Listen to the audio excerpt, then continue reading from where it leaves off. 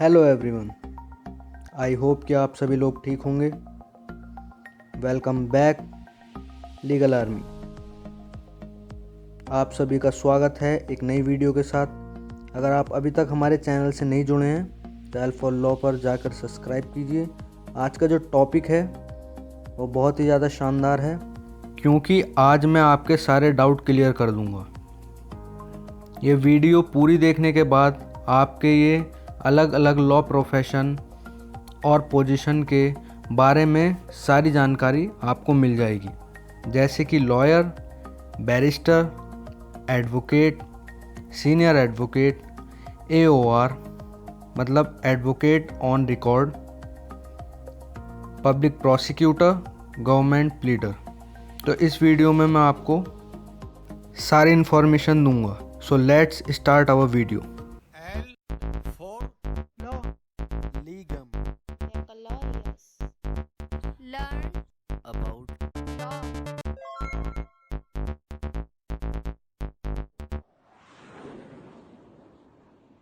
सबसे पहले बात करते हैं लॉयर, जिसको हम वकील कहते हैं हिंदी में। A person who studying law, वो व्यक्ति जो लॉ की पढ़ाई कर रहा हो या जो पढ़ चुका हो, उसके पास लॉ की डिग्री हो, वो लॉ ग्रेजुएट हो, बट वो रिप्रेजेंट नहीं कर सकता अपना केस कोर्ट के अंदर, क्योंकि वो बार काउंसिल से एनरोल्ड नहीं है। That's why he can not represent client in court. So दूसरे नंबर पर आपका आता है बैरिस्टर। बहुत ही सिंपल वर्ड्स में मैं आपको इसको समझा देता हूँ। ये सेम लॉयर जैसा ही होता है, बस इसके अंदर सिंपल सा ये एक चेंज है कि जो बैरिस्टर होता है वो इंग्लैंड से पढ़ा हुआ होता है, उसके पास जो डिग्री होती है वो इंग्लैंड की होती है। हिंदी में आप कह सकते हैं इंग्लैंड के उच्चतर न्यायालयों में बहस करने की मान्यता प्राप्त करने वाला अधिवक्ता या वकील। और ये सेम लॉयर जैसा कोई भी केस रिप्रेजेंट नहीं कर सकता कोर्ट में, बस इनमें यही एक डिफरेंस है। तो चलते हैं तीसरे नंबर पर, एडवोकेट। सिंपली एडवोकेट को हम हिंदी में कहते हैं अधिवक्ता। वो व्यक्ति जिसके पास लॉ की डिग्री हो, उसने अपने आप को एनरोल्ड कर रखा हो बार काउंसिल से एडवोकेट एक्ट 1961 के तहत। बार काउंसिल उसको लाइसेंस देती है एनरोल करने के बाद प्रैक्टिस करने के लिए, कि वो कोर्ट में प्रैक्टिस कर सकता है और वो रिप्रेजेंट कर सकता है अपने क्लाइंट का केस कोर्ट के अंदर बार काउंसिल के एग्ज़ाम के बाद। फोर्थ नंबर पर आता है सीनियर एडवोकेट। इसको हम हिंदी में कहते हैं वरिष्ठ अधिवक्ता। अगर मैं सिंपल शब्दों में आपको समझाना चाहूँ तो इसका सिंपली बस एक ये मतलब है कि जिस तरीके से प्रमोशन होता है और जगह पोस्ट पर, तो इसी तरीके से सुप्रीम कोर्ट और हाई कोर्ट एडवोकेट्स को एक प्रमोशन देती है, उनको कहते हैं senior advocate.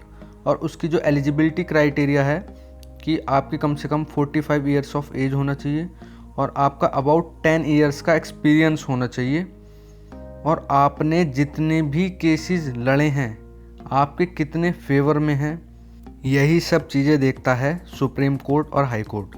Senior advocate can not file a vakalatnama, वो वकालतनामा फाइल नहीं कर सकते, और वो गाउन्स पहनते हैं जिनके शोल्डर पर फ्लैप्स होते हैं। बस यही होता है सीनियर एडवोकेट की पहचान। तो अब अपने अगले 5th नंबर पर चलते हैं, जो कि है AOR, जिसको हम कहते हैं एडवोकेट ऑन रिकॉर्ड, जिसको हम हिंदी में कहते हैं अभिलेख अधिवक्ता। सिंपली इसको आप ऐसे समझ सकते हैं कि सुप्रीम कोर्ट में कोई भी कैसे भी केस फाइल करना है तो वो सिर्फ AOR ही कर सकता है। कोई भी ड्राफ्ट कर सकता है, आर्ग्यू कर सकता है, लेकिन केस जो फाइल करेगा वो सिर्फ AOR करेगा, क्योंकि सुप्रीम कोर्ट पर इतना टाइम नहीं होता कि वो हर वकील की अर्जी ले ले। तो सुप्रीम कोर्ट का टाइम ख़राब ना हो, इस वजह से AOR एडवोकेट ऑन रिकॉर्ड, जिन भी वकीलों का रिकॉर्ड वहाँ पर चढ़ा हुआ है सिर्फ वही केस फाइल कर सकते हैं। और इसकी एलिजिबिलिटी क्राइटेरिया है 5 साल का एक्सपीरियंस होना चाहिए, जिसमें कि वो 2 जगह डिवाइडेड है। 4 साल की उसकी प्रैक्टिस होनी चाहिए और 1 साल की ट्रेनिंग, जो कि AOR हो ऑलरेडी सुप्रीम कोर्ट का, और उसको उस AOR को भी 10 साल का एक्सपीरियंस हो कम से कम। फिर 6 नंबर पर आता है एडवोकेट जर्नल। एडवोकेट जनरल को हम हिंदी में कहते हैं महाअधिवक्ता। इसको जो अपॉइंट करता है वो करता है गवर्नर। अब गवर्नर क्यों करता है? क्योंकि जो एडवोकेट जनरल का काम होता है वो रिप्रेजेंट करना होता है स्टेट को कोर्ट में। कोर्ट के अंदर कोई भी केस होगा तो उसको एडवोकेट जनरल रिप्रेजेंट करेगा, और इसको हम फर्स्ट लॉ ऑफिसर भी कहते हैं स्टेट का। और अगर स्टेट को कोई एडवाइस चाहिए तो वो भी एडवोकेट जनरल ही देगा। सिमिलरली 7वें नंबर पर आता है अटॉर्नी जनरल। इसका काम भी कुछ सेम वैसे ही होता है। इसको हम हिंदी में कहते हैं महान्यायवादी। ये अपॉइंट होता है प्रेसिडेंट ऑफ इंडिया से। प्रेसिडेंट ऑफ इंडिया अपॉइंट करते हैं अटॉर्नी जनरल को, और इनका काम होता है, जैसे कि अभी मैंने पीछे बताया आपको कि जिस तरीके से एक एडवोकेट जनरल स्टेट को रिप्रेजेंट करता है कोर्ट में, सिमिलरली इसका भी ये काम होता है। लेकिन बस इसका ये काम जो है ये सेंट्रल गवर्नमेंट को रिप्रेजेंट करता है कोर्ट में। इसी वजह से इसको फर्स्ट लॉ ऑफिसर कहते हैं कंट्री का। और अगर किसी भी तरीके की सेंट्रल गवर्नमेंट को एडवाइस चाहिए होती है तो वो भी अटॉर्नी जनरल ही देता है। तो अपना नेक्स्ट है हमारा 8 नंबर पर सॉलिसिटर जनरल। इसके बारे में ज़्यादा कुछ जानने की ज़रूरत नहीं है, क्योंकि इसका ज़्यादा कुछ काम होता ही नहीं है, क्योंकि ये सेकंड लॉ ऑफिसर होता है कंट्री का। और इसका सिर्फ इतना काम होता है कि अगर किसी भी तरीके की एडवाइस चाहिए होती है एडवोकेट जनरल को, या हेल्प चाहिए होती है, वो देता है और असिस्ट करता है एडवोकेट जनरल को। तो 9th नंबर पर हमारा आता है आपका पब्लिक प्रोसिक्यूटर। सबसे ज़्यादा पूछे जाने वाला सवाल, जिसको हम हिंदी में कहते हैं सरकारी वकील। इसका जो काम होता है मेनली,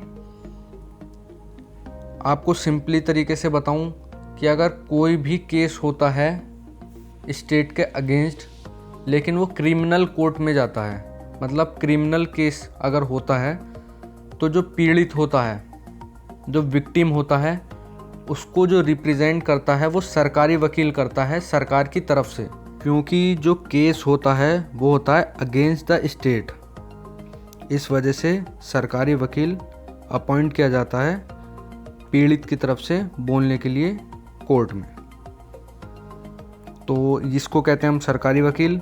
अब जो हमारा लास्ट है उसका मेनली सिमिलरली पब्लिक प्रोसिक्यूटर से संबंध है, क्योंकि 10th नंबर जो हमारा गवर्नमेंट प्लीडर, उसका सिमिलरली बिल्कुल सेम यही काम है। इसको भी हम सरकारी वकील ही कहते हैं हिंदी में। इसका सिर्फ इतना चेंज होता है कि जिस तरीके से आपका क्रिमिनल कोर्ट के अंदर पब्लिक प्रोसिक्यूटर काम करता है स्टेट को रिप्रेजेंट करने के लिए, सिमिलरली ये भी स्टेट को ही रिप्रेजेंट करता है, लेकिन ये मेनली इसका काम होता है सिविल केसेस को रिप्रेजेंट करना। तो आई होप कि आपको सब कुछ समझ में आ गया होगा मेरी वीडियो में। So thank for watching and listening. और अगर आपकी किसी भी तरीके की क्वेरी है तो आप कमेंट बॉक्स में बता सकते हैं। यहाँ मैं 2 वीडियोज़ बता रहा हूँ आपको, most preferable book for law, और आपका दूसरा जो है वो है LLB के बाद कैसे बनाए करियर आफ्टर लॉ। उसका लिंक जो है मैं आपका डिस्क्रिप्शन बॉक्स में डाल दूँगा, आप वहाँ से जाके देख सकते हैं। और आप मुझको मेल भी कर सकते हैं l4law25@gmail.com पर, और फॉलो कर सकते हैं मुझे इंस्टा पर l4law। अगर आपको वीडियो पसंद आई है तो आप चैनल को सब्सक्राइब कीजिए और लाइक का आइकन को हिट कीजिए, वीडियो को लाइक कीजिए और शेयर कीजिए अपने दोस्तों के साथ। लीगल आर्मी हमें ज़्यादा से ज़्यादा बढ़ानी है आगे, इस वजह से आप इसको शेयर कीजिए आगे से आगे। Thanks and have a nice day.